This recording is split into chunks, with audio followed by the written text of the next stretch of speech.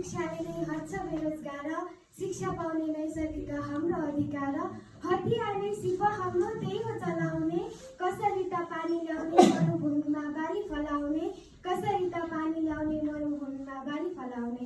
यस सभाका सभाध्यक्ष महोदय, प्रमुख अतिथि, विशिष्ट अतिथि लगायतका विभिन्न विद्यालयहरूबाट पाल्नुहुने आदरणीय गुरुवर्गहरू र प्रतिस्पर्धी तथा अप्रतिस्पर्धी मित्रहरूमा म श्री किसानी चन्द्रकुन्ता माध्यमिक विद्यालय कक्षा 9 अध्ययनरत छात्रा उर्मिला सुवेदीको तर्फबाट स्वीकार होस् न्यानो अभिवादन।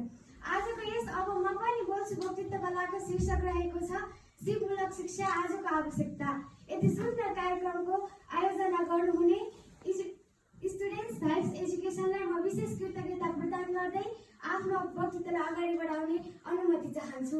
सिपमूलक शिक्षा भनेको केवल सैद्धान्तिक र सीमित ज्ञान मात्र नभई हाम्रो जीवनलाई सहज र सरल तरिकाले अगाडि बढाउनका लागि सहयोग गर्ने शिक्षा हो।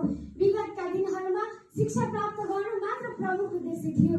विद्यार्थीहरूले वर्षौंदेखि किताबी सिद्धान्त त पढे, तर त्यसले आफ्नो जीवनमा कसरी प्रयोग गर्ने भन्ने पन्ना उहिरह्यो। ज्ञानको भारी बोक्ने त धेरै भए, तर सिपको सहारा लिने भएनन्। तर आधुनिक युग प्रतिस्पर्धात्मक छ। जसको हातमा सिप छ उसले कसैलाई भिख माग्नु पर्दैन। प्राय पुस्तकमा मात्र कैद भएका शिक्षाले केवल बाटो मात्र देखाउँछ, तर यात्राका लागि हिम्मत दिँदैन।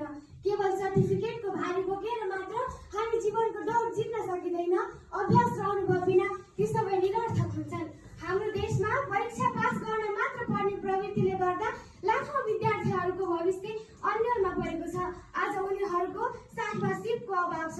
भनिन्छ नि, गहना सुनको भए पनि सुन्दरता चाहिन्छ। हो, त्यसै गरी उच्च शिक्षा भए पनि सिप चाहिन्छ। आजको दुनिया सिपको दुनिया हो। सिप सिक्नलाई अवसर पनि अनेक छन्। प्राविधिक युगमा प्राविधिक ज्ञान भएन भने हाम्रो दैनिक जीवन सञ्चालन गर्न गाह्रो हुन्छ।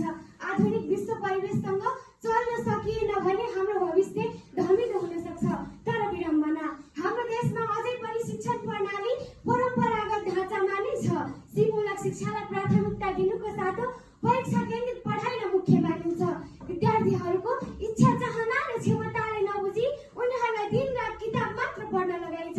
सुन्नुहोस् महोदय, विद्यार्थीको मूल्याङ्कन किताबी अक्षरले होइन, विद्यार्थीभित्र रहेको योग्यता, क्षमता र सिपले गर्दछ। आज सिपको अभावको कारणले गर्दा हाम्रा देशका धेरै युवा युवतीहरू विदेशी नगर्दै परेका छन्। खोइ त देश विकास के यसैका लागि प्रदान गरिएको थियो शिक्षा? अवश्य पनि होइन। आफ्नो सर्टिफिकेट जलाएर विदेशमा आफै जल्न बाध्य भएका युवा युवतीहरूले धेरै पीडा सहनु परेको छ। आज कोही पढ्ने बहाना त कोही पैसा कमाउने चाहनाले गर्दा हाम्रो देश रित्तिँदैछ। महोदय, अब प्रश्न उठ्छ, विद्यार्थीलाई कसरी सिपमूलक शिक्षा प्रदान गर्ने त? त्यसका लागि विद्यालयहरूलाई प्रशिक्षण केन्द्रमा रूपान्तरण गर्नुपर्छ। विद्यार्थीहरूको क्षमता र योग्यता अनुसार उनीहरूलाई तालिम प्रदान गरिनुपर्दछ। प्रविधिको माध्यमबाट शिक्षा सञ्चालन गर्नुपर्छ, जसले गर्दा श्रम, समय र सिक्काको समय बचत हुन गए आधुनिकता र सृजनात्मकताको चिन्तन गर्दछ।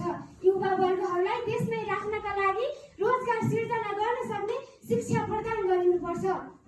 यथार्थ यही हो, जसको हातमा सिप हुन्छ ऊ कहिल्यै बेरोजगार हुनु पर्दैन। त्यसैले आजको युगमा डिग्री होइन, सर्टिफिकेट होइन, शिक्षालाई र सिपमूलक शिक्षालाई मान्य दिउँ। विद्यार्थीलाई दबाव र बाध्यतामा बाँधेर होइन, उनीहरूको इच्छा र चाहना अनुसार शिक्षा प्रदान गरौँ। र तर विद्यार्थीहरूले पनि आफ्नो क्षेत्रमा तन, मन, धन लगाएर अगाडि बढ्नुपर्छ। विद्यार्थी सधैँ सिक्नका लागि र शिक्षक सधैँ सिकाउनका लागि तत्पर हुनुपर्छ। अन्तमा म के भन्न चाहन्छु भने, 1 मिनेट म सबैलाई अनुरोध गरेँ, कल्पना गरौँ हाम्रो देशमा धेरै उद्योग कल कारखानाहरू खोलिए, हाम्रो देशका युवाहरू विदेश जान बाध्य भएनन्, हाम्रो देशका जनताहरू अन्यमा निर्भर रहन बाध्य भएनन्। एउटा सपना र कल्पना मात्र होइन, एउटा विपना पनि हुन सक्छ। तर हामीले सिपमूलक शिक्षामा जोड दिनुपर्छ। म अन्तमा के भन्न चाहन्छु भने, आउनुहोस् अब सिपयुक्त शिक्षाको युग सुरु गरौँ। सर्टिफिकेट